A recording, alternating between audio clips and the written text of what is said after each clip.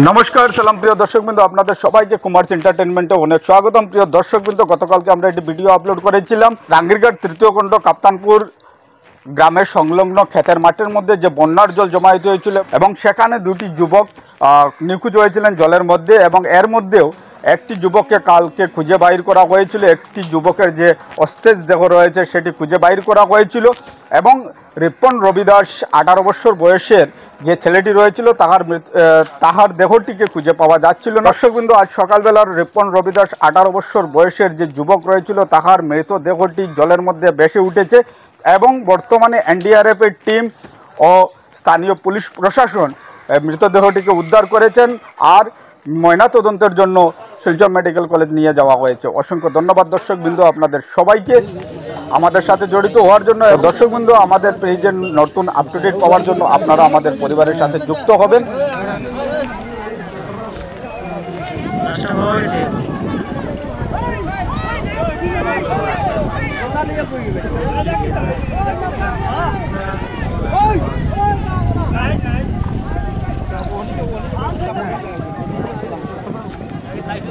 নাস্তা খাওয়া গেছে এখন না কিছু খুঁটি উঠি লাগালো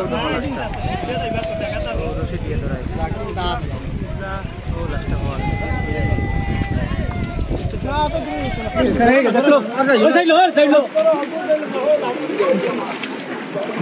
এই যে ছেলেটা এই যে হ্যাঁ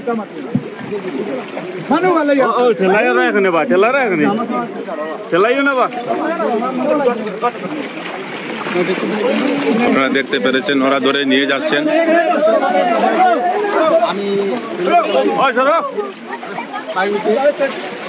আমরা ধন্যবাদ জানাই আমাদের এসডিএফবি বাহিনীকে, ওরা যে ওদের আপ্রাণ চেষ্টায়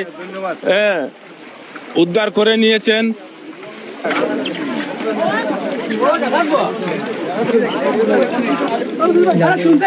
বাহিনী উনি বহুত কষ্ট করেছেন, এই দাদাকে আমি অশেষ অশেষ ধন্যবাদ জানাই। এই যে লাস্টে পড়ে আছে, এই যে আপনারা দেখছেন সাদা কাপড় দিয়ে বেষ্টিত আছেন। তো